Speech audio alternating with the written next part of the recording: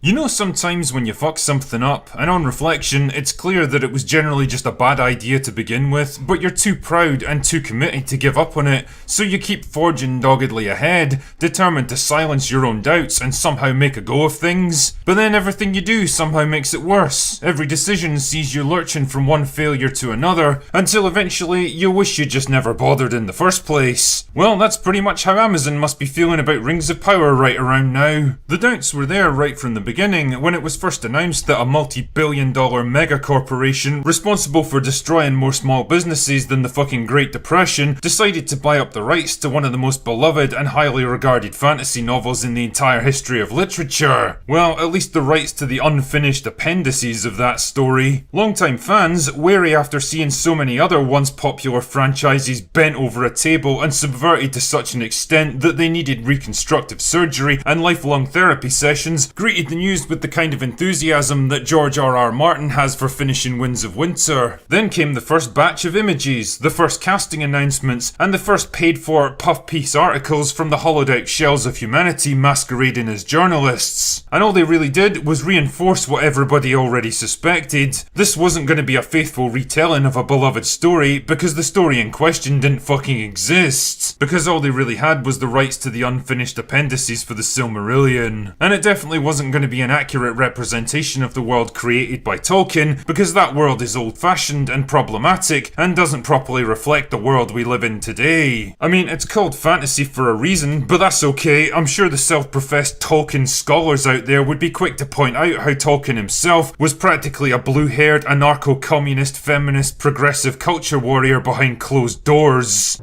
Sheer fucking hubris. Honestly, it makes me laugh that people unironically refer to themselves as Tolkien scholars. Seriously guys, it's a fucking book. Have you not got something better to devote your entire intellectual lives to? Jesus, the terrifying thing is that one day we're gonna have fucking Harry Potter scholars endlessly debating the hidden meaning behind J.K. Rowling's obsessive use of adverbs in place of actual descriptive writing. Seriously, once you notice it, you can never unsee it. Anyway, I digress. A teaser trailer was as inevitable as a new Star Wars show getting announced roughly every 10 minutes, and this is when things went from bad to thermonuclear. My personal highlight of that first trailer was watching Galadriel climbing the wall from Game of Thrones in full battle armor, using a fucking dagger as an ice axe. Honestly, all that was missing was the Tampax logo and some generically empowering statement like, "Feel the moment," or "Make your own rules." The end result was that the first teaser got hammered worse than me at my local on a buy one get one free night, and from then on it was pretty much full-scale war, with the might of Amazon and the mainstream media on one side, and the entire Lord of the Rings fanbase on the other. Things went from bad to worse when the studio invited a group of, influencers? Is that the word I'm looking for? So, I have never seen Lord of the Rings or read the books. Don't really care for fantasy like that, but looking at these people, they don't either. That is quite obvious. These are not Lord of the Rings fans. I know what Lord of the Rings fans look like. You know, just the kind of normal, everyday people that totally represent the Lord of the Rings fandom, to attend a big PR event in London and totally didn't bribe them to give their totally unscripted, unrehearsed and honest opinion of the first episodes. Yep, you could practically feel the authenticity radiating from the screen. The second teaser trailer made it extremely clear that if there was one thing we could look forward to in this show, it was diversity, diversity, diversity, diversity, and more diversity. Damn man, I've never rooted for a comet so much in my life. But hey, like taking out a third mortgage to refuel your car these days, filling out your tax returns, or burying that corpse that's slowly stinking up your house, there was only so long that Amazon could put off the release of a full-scale trailer. And here it is at last in all its, glory. So does it allay everyone's fears, silence the critics, and reward the dozen or so people that have still got faith in this show?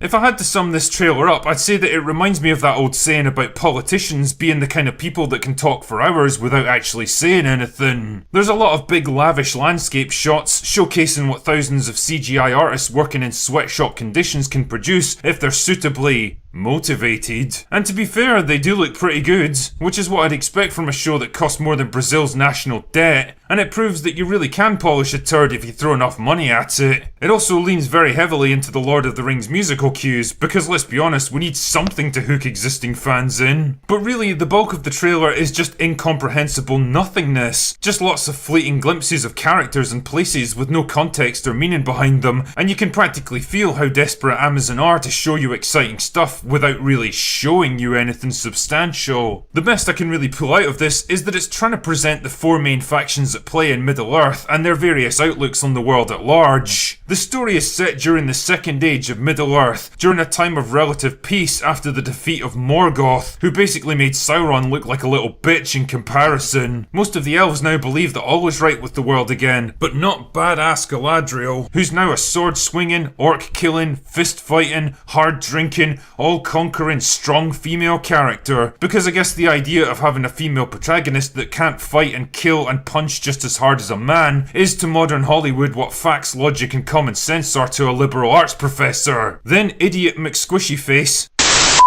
sorry, Elrond, tells badass Galadriel that it's time to hang up her sword and stop being badass Galadriel because she's already defeated every enemy in the entire world. Because she's that damn good.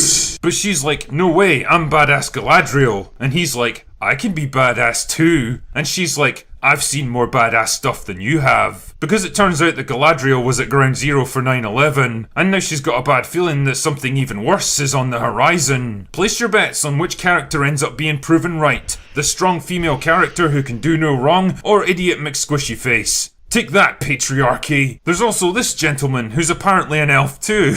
Yeah, sure, okay. I'm pretty sure that Tolkien explicitly described elves as fair-skinned, tall, slender, and possessing the kind of ageless ethereal beauty that no man could possibly rival, which is what Peter Jackson did his best to replicate on screen in his own trilogy. But nah, who cares about sticking to things that were explicitly stated by the author of the book? Lore and world building are a bit like parole conditions, you see. Once you've breached them, there's no real incentive to hold back, so you might as well go all the way and enjoy it while it lasts. Then you've got the hobbits. Sorry, Harfoots, because I'm sure they won't be visually and functionally identical to hobbits in this show. Anyway, they're represented mostly by Nori, a young woman that's curious to know more about the larger world while going against the nature of her people. There's not a whole lot I can say about them at this stage, although it is weird to see Lenny Henry in a supposedly serious role like this. American audiences have probably never heard of him, but over here in the UK, he's well known as a stand-up comedian. I'm sure there's some kind of hidden meaning in that. You've also got the dwarves represented by this awesome piece of photoshopping, and last of all, the men of Numenor, represented by Queen Miriel. Because, you know, of course they are. Despite the fact that leadership in Numenor could only ever pass to male heirs in the books, hence all the talk about the line of kings. But nah, whatever. We've got to meet that quota somehow, chaps. Remember, this is a totally made up fantasy world, which also somehow has to reflect the world that we live in today. Fucking hubris. I'm also willing to bet that she's going to charge into battle with a mixed army composed of at least 50% female soldiers, because if women are known for anything, it's having the size, strength and physical endurance needed for medieval sword combats. Oh yeah, and then there's this little line right here, snuck in at the ends. The past is dead.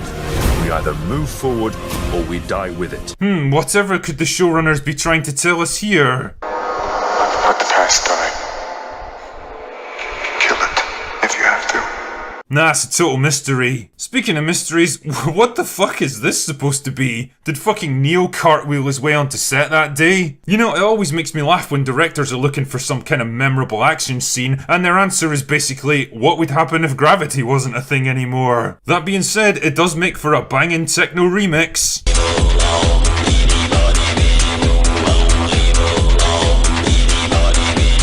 Overall, assessing the contents of this trailer, it all adds up to the TV equivalent of a really big fireworks show. Something that's visually impressive and costs a lot of money, but doesn't seem to have a whole lot of substance behind it. And I can't shake the feeling that this show is going to have about as much in common with its source material as the new Resident Evil on Netflix. And don't worry, I'll be dealing with that steaming pile of dog shit soon enough. Believe that! But as far as the Rings of Power are concerned, this trailer basically proves that no amount of money can buy the one thing that Amazon so desperately wants: the loyalty of their fans. Anyway,